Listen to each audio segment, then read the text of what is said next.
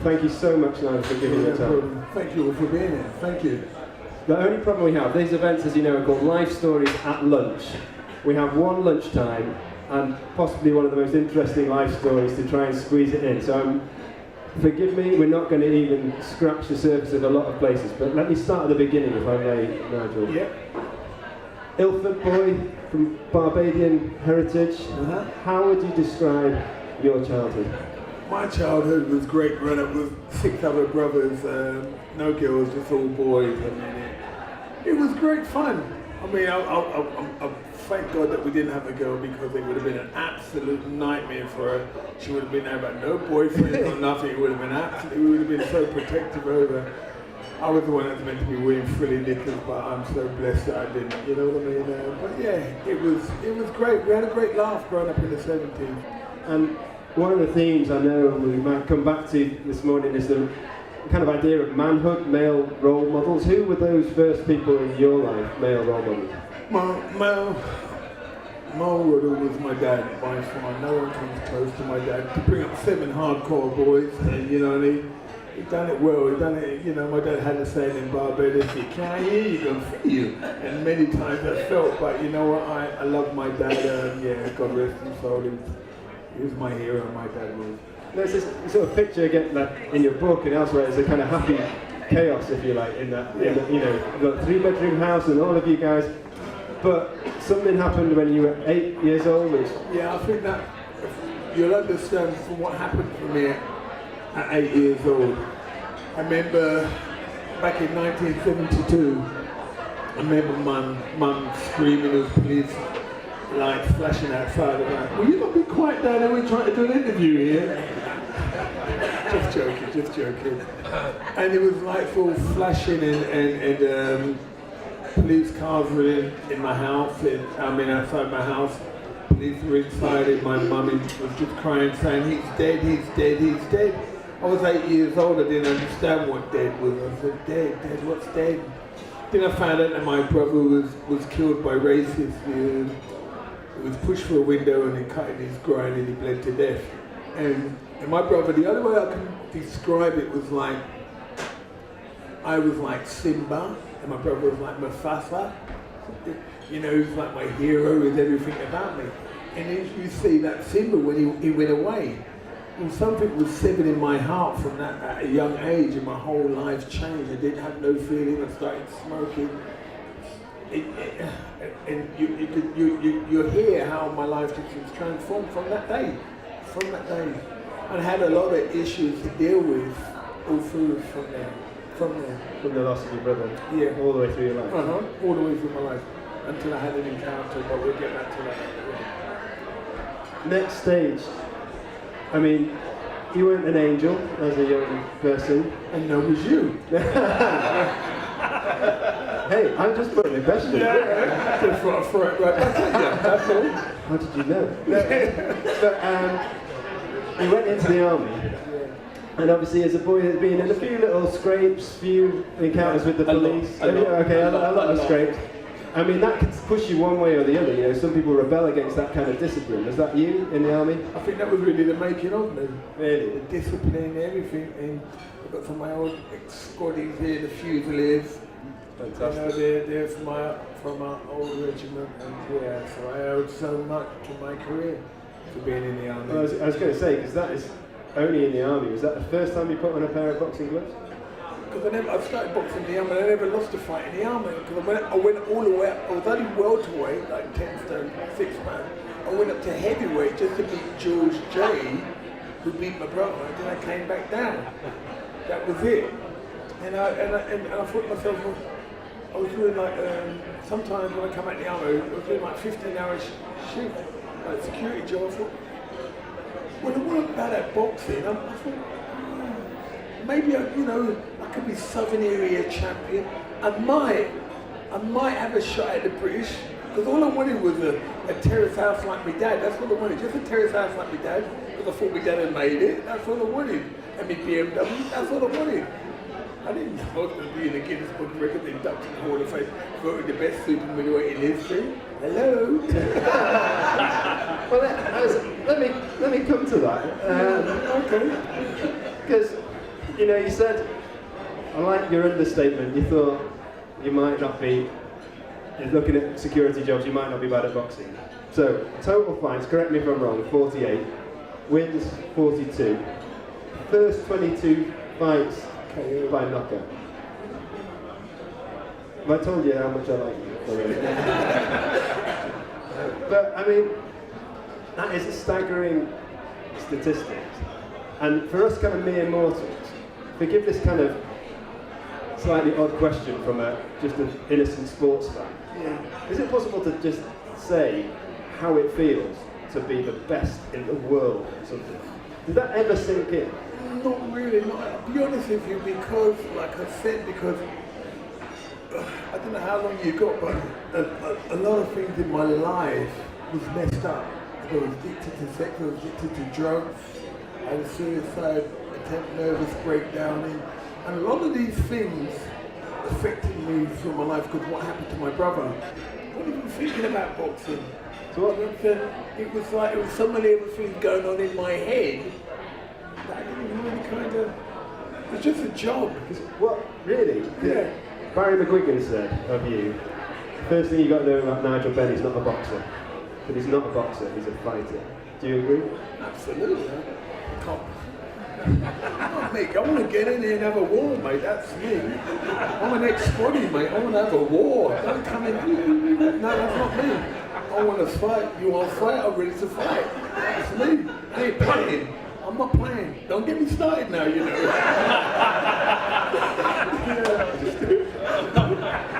But I mean, was that anger driving you when you got in the ring? All those things, your brother Martin Love. No, but that actually never came into the ring. Really? I was just angry, but not through that. That was just like, it was in the back. But you know, see, things like that would then stir it up. Yeah. And then, obviously, there's a few epic fights that. Oh, come on, mention his name. I don't know. Okay. Well, first of all, before we get to him, your first loss. Yeah. Michael Watson, 1989. Yeah. What did that do to you? You won 22 knockouts. Well, I thought it was the best thing since sliced bread. Really? Yeah. Really? Yeah, really. Yeah. Wouldn't you if you had 22 knockouts and 22 wins? But then for that to come crashing down. Well, you don't think it's going to come crashing down, do you? Because you think, well, what can Michael Watson do to me? Look what happened to the other 22 fighters. They're all gone. So then it was like, I'll tell you what, how confident I was. Black women would understand this. I went to a hairdresser to get my hair plaited. Not like when English people plait their hair nice. Black people plait your hair. Yeah, see, they laugh and they understand because your head gets pulled back twice. I went in there, black man, I come out like a Chinese man. What was I thinking? This is like 4 hours before a big fight. I'm getting my hair plaited. Then I gotta make this outfit like Gary Glitter, a bit sparkly. I should really mention it around there, should I? You know, but you think, wow, what was I thinking? I was so confident. I was just confident, and then I didn't worry. And then, because what happened, the first biggest fight of my life, and it was like, I'm already a quarter of gone because nervous energy all burning up. And for 4 or 5 rounds, I'm just throwing literally everything at Michael. Michael's hitting me, but it just punches are bouncing off. I didn't feel a punch. But now, after round 5, woo, the lights flash, you say, you on empty, man. You on empty. And I came back to my corner, God is my witness. My trainer went, this is what he said. Go out there and steam him. So I'm looking in the boxing pamphlet, all steaming. I can't find it in here, mate. I know I'm in trouble. Michael just hit me with a jab and I went down. And it was like, you know, it's one thing is when I lost to Michael, completely different to the other man, but we'll talk about that later on. It was like, I just lost to a better fighter. So, but you built yourself back up. Then came Mr. Eubank. Yeah. I mean, those are still, like, they're just in boxing history forever. 2 fights, 1990, 1993. Well, just for those not boxing aficionado. Yeah, well, they all know. I'm sure everybody knows that. Can we just move on swiftly? Yeah. I'm only joking. No, fighting. I think with Chris, one thing I've got to give him is he's the sharpest dresser going. Yeah, you know, I've got to give him credit where it's due. He's got the sharpest dress sense, but still ugly. But he's tough. I mean, he's got a. One thing with Chris, he's got like a neck. I mean, it's like it's powerful. He's got a head. Look at the shape of his head. It's like a mallet. It's just, everything about him is just like, you know. And I mean, I was hitting him. It was just like ting. And he'd hit me on the lob, he's shaking all over the place. So he had a joy, just so strong in it. Do you ever regret there wasn't a third match? Well, we can talk about that in a minute. Let me just finish because you've just cut me off. Oh, you sorry. can't do that. You're interviewing me because what happened? Whatever you say, Nigel. Thank you very much, sir. What it is, it was like when I lost to Chris, it was different because when I lost to Michael, it was like just a nice chappy, Michael. He was just a lovely man. You know, you could not. The only thing I was mostly jealous of, he was a very good-looking man. I was a good-looking thing. But with Chris, it's a different thing. But it was like I knew I was going to get it. I just knew it. You know, you walk out, you're ready to shake it, and I knew I was going to get it. Just turn his back on me. It's like him saying, "I told you, you couldn't beat me." It was one of them. And I really just wanted to jump on him, batter him, but it was just like, we just had a history, we just didn't like each other. But I mean, those things kind of, to a degree, defined your career, but perhaps more than ever, the fight with Gerald McLennan, 1995, I mean, I was watching it on YouTube again last night. I mean, it's brutal beyond words. He came from America. The new young thing, he was a massive favourite. Nobody don't frighten me, mate. I've been hit with pickaxe handles, baseball bat, been slapped by my dad with his hands out, you know. I'm not scared. Did you get slapped by my dad? Your dad? Happened there, you know. So the difference is, I didn't have that fear. And every one of the papers had me to be knocked out between round 1 to round 3. So it was like, so I thought, the press all backed and I thought to myself, hold on a minute, you lot don't really know who I am? You really don't? So the difference is, you might argue about Christian Eubanks Jr., my son, but we're going to get to that, I'll beat you to it, because what happened, when he punched me and he knocked me out in the first round, I went through the ring, I felt all my ligaments in my neck just stretching and went out. I don't really remember the first round, but I got back, and my corner said, look at the state of him, look at him, you got him. I was like, yeah. Really? Really? Oh, okay. So then what actually happened, if you watch the second round, I'm chasing him around, because what's actually happened now, something in my subconscious that I don't know about, that I've never experienced before in my life. I've gone past thinking, because what happened, he's hitting me now, and I don't feel a thing. You watch me like banging away, and I just don't feel a thing, because now I've gone beyond. I've gone far. I'm not even thinking. I remember I threw a left hand, he put me down, a half punch. When he comes back, he just put me down. I've gone bang, right hand, uppercut, left hook. When you come back from round 9, you've got more out. Because what's happened now, I'm not even like thinking. And as you know, after the fight, he came out paralysed, blind, 80% deaf in a wheelchair. I came out with fractured jaw, urinating blood for 3 days in the shadow of my brain. So these are the kind of things that I would not want my son being in a fight with Eubank's son. Because I know my son is me. And I wouldn't want him to be in a fight where he goes to that level where he don't even know what he's doing. So the thing that, you know, when his son is a gladiator, and so is my son is a gladiator, and I wouldn't want that fight to happen. Not at all. I mean, there's so much in what you just said. I mean, first of all, I've got to ask, when your opponent has life-changing injuries like that, how do you cope with that? How did you deal with it at the time, and how do you still think about it now? How do I deal with it at the time? I didn't care. I had my own issues to deal with because it was, I know they brought him over here to bash me up, and it was, I was sad that you don't wish that on anybody, you really don't wish that on anybody in the ring, but like I said, I want you to understand that where my mind was for this 8-year-old boy still hadn't changed, because I had issues in my own life that I could deal with, and not just only that, the drug use, the sex use, the addiction, everything that was going through my own mind. It wasn't just like about the fight. That was then, it was completely different now. It was at that time there, it was, my life was messed up. I was just doing things. Boxing was actually taking me away from the place. The training, the boxing actually took me away from the place that I didn't want to be. The pain that I was actually going through the affairs, the drug using, my brother and everything, was all just building up. So the only time I actually had peace was when I went World Champion in 10 years. Was there a point, a single point, where you were looking back now that you realised it was rock bottom?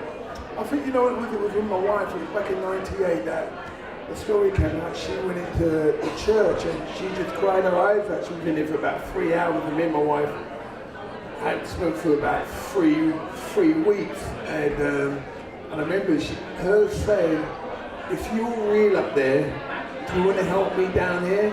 And she said, "If you're real, I will worship you for the rest of my life." And all she said is that she felt that a rucksack had been taken off her back. Now, she come home ready to speak to Satan's right-hand man. She knocked on the door, and this is what she said: "Jesus said it's going to be all right." I'm like, "Oh, okay, yeah, right." Because I had no knowledge about who Jesus was. All I knew about working with Satan as the right-hand man, because everything I'd done lined up with his word. And so what happened, she started reading his, oh Moses, yes, he was the one in the basket on the river, yeah, okay. So she became a Christian. Now she had an encounter right there and then, and her life changed like that. But with me it was a different thing. I'd go to church with her, she'd lift her hand, I think, oh, that's what you do, okay. So I'm just following her. And then, like, for years, I thought I was a Christian. But you can't follow your wife. You have to confess with your mouth. And I was sitting down there having Bible study with my teacher, and I went, I've been having an affair. I didn't even want to say it. And I said it. And she said, "Have you told your wife?" Oh Lord. Listen. I said, "No." She said, "Well, you better go home and tell your wife." Listen, you've got to understand, for this 8-year-old boy now, I've been a liar, I've been a cheat, I've been a thief, I've been everything. And now I'm walking down this long corridor to tell my wife about things. If you ever see a black man turn white, you should have seen me that day. I'm telling you, because now all the colour is drying out of me, because now I've got to face up to it. I told her about everything. I just said, well, she threw a couple of punches, good shots, nearly as strong as Chris. But then she kicked me out of the house. I left my house, and now I went to live with my pastor. But I know God was showing me something that by me confessing, I left my house, I left this 8-bedroom mansion on top of a hill, went to live with my pastor for 1 year. Me and my wife never had communion for 1 year. And all I done, they stripped me of who I was. They took my Porsche away, took my Cadillac away. The only car I was allowed to drive was a 35-year-old E-Reg Escort with wind-down windows. Listen, in New York, listen. Stripped me all my Versace, Machino, everything. the clothes that I had to wear, I had to get them out of a second-hand shop and out of plastic bags. And it was so funny, you got to understand, God made me petrified.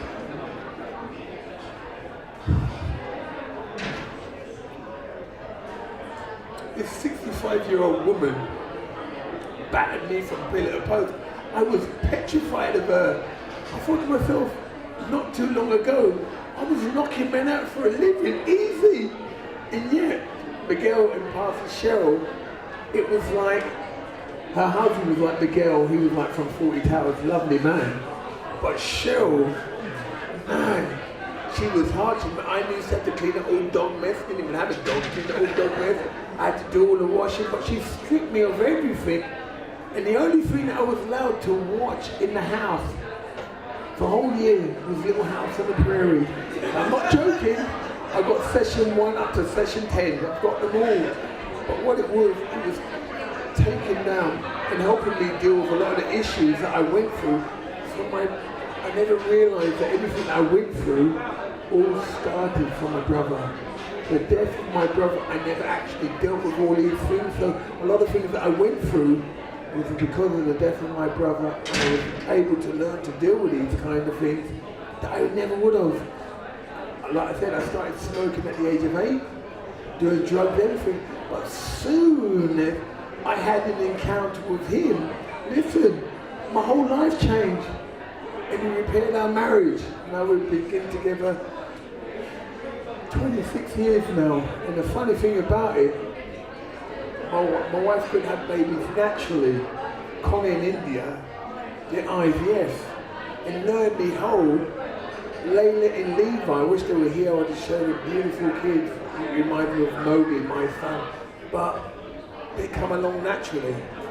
And God just so my whole life is changed because I had an encounter with Jesus. I'm faithful to my wife, and I could not be more happier now. All of the life that I live in now, I'm so blessed and honored and privileged to take me out of that pit, to help me deal with all the issues that I would never have dealt with. Wow. Oh, you can come in now.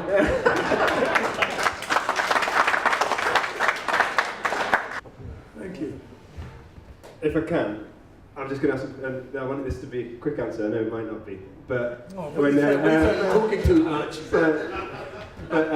You know, to your children, to the kind of young men of society that, you know, there seems to be such a problem with it. It's not just young men, of course, but I know you work with young men now and mentoring and things like that. What's the advice that you give, and maybe what can we take back to our desks and workplaces and things like this after this? Well, Simon over there, we're putting on a big venue at Stoke City Football Ground on the 27th, called about Men United. It's about men really standing up.